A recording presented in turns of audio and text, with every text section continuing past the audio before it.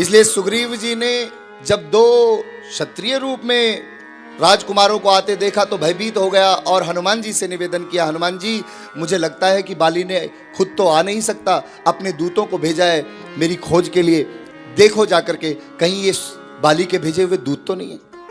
अब इस कथा में थोड़ी सी बात समझे। सुग्रीव नहीं पहचान पा रहा है कि भगवान आ रहे हैं, सुन रहे हैं? और ऐसी ही घटना आप रामचरितमानस के प्रथम कांड बाल कांड में भी सुन चुके हैं। जगत जननी भगवती मां सती नहीं पहचान पाई कि दंडक आरण्य वन में भगवान है कि साधारण मनुष्य है, और भगवान को साधारण मनुष्य मान करके मन में संशय हो गया।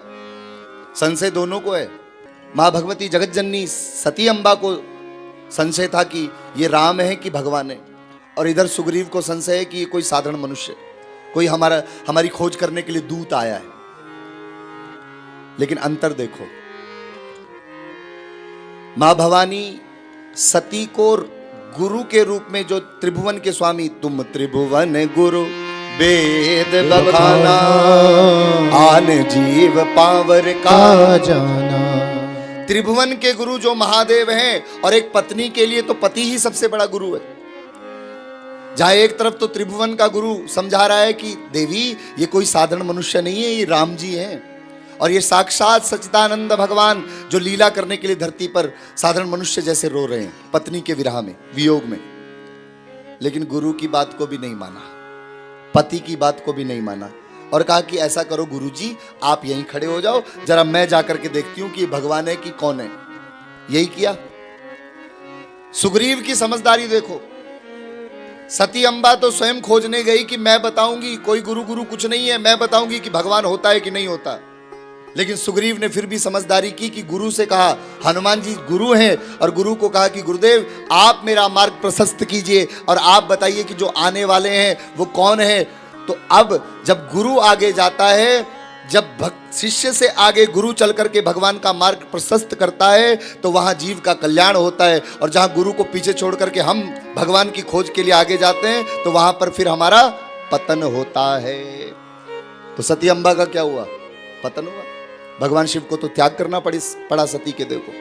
लेकिन यहाँ गुरु रूप में जब हनुमान जी महाराज आगे गए, ब्राह्मण का वेश धारण करके ऋषिमुख पर्वत के नीचे उतरे, और उसकी तलहटी में राम और लक्ष्मण जी को न पहचान पाए हैं, लेकिन जाकर के परिचय पूछा, को तुम श्यामल गौर शरीरा, को तुम श्यामल गौर शरीरा, छत्री रूप फिरहूं बन बीरा, छत्री रूप फिरहूं बन बीरा, कठिन भूमि कोमल पदगामी, कवन हेतु विचर्यो वन स्वामी, कवन हेतु विचर्यो वन स्वामी।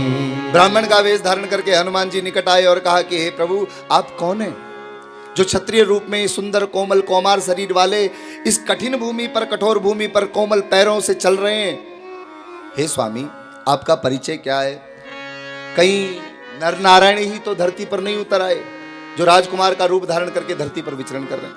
हे प्रभु आपके चरणों में निवेदन करता हूं, आंखें आपको नहीं पहचान पा रही हैं, लेकिन मेरा मन कहता है कि आप कोई मेरे अपने ही हैं। अब हनुमान जी भले ही ना पहचान पाए हो, राम जी तो पहचान ही चुके हैं। राम जी ने कहा, हनुमान जी तुमने तो भले ही अपना रूप छुपाया, तुम वास्तव में ब्राह्मण तो नहीं हो, लेकिन तुम ब्राह्मण का रूप धारण करके आए हो, पर तुमने हमें पहचान लिया कि हम क्षत्रिय हैं।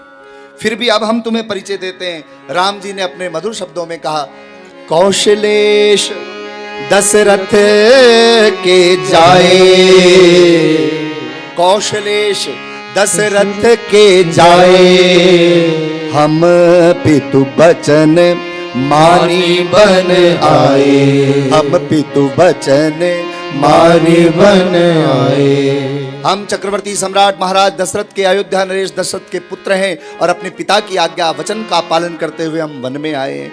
यहाँ वन में आए थे, उनमें से हमारा परिचय सुनो। नाम राम लक्ष्मण दो भाई, संग नारी सुकुमारी सुहाई। मैं ज्येष्ठ पुत्र राम, दशरथ का बड़ा पुत्र राम, और ये मेरा अनुज लक्ष्मण।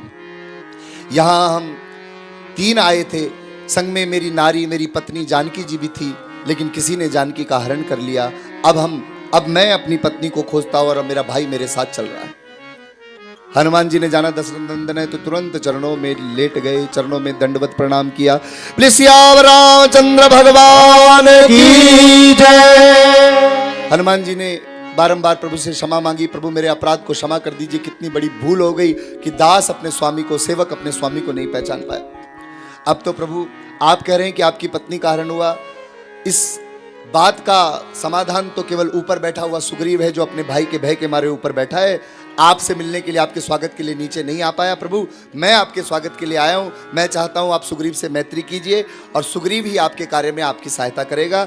भगवान को कहा कि प्रभु मैं आपको अपने पीठ पर बिठा करके ले जाना चाहता हूं। और श्री हनुमान जी महाराज ने विराट रूप धारण किया और अपनी पीठ पर राम और लक्ष्मण को बिठाया और भगवान को बिठा करके ऋषिमुख पर्वत के ऊपर सुग्रीव से मैत्री करवाई है। अग्नि को साक्षी मान करके गुरु का जो दायित्व है, धर्म है, वो हनुमान जी महाराज ने निर्वाह किया और गुरु के रूप में स्वयं रह करके जीव रूपी सुग्रीव और ब्रह्म रूपी राम का आपस में मैत्री कराई। बोलिए राजा रामचंद्र भगवान की जय।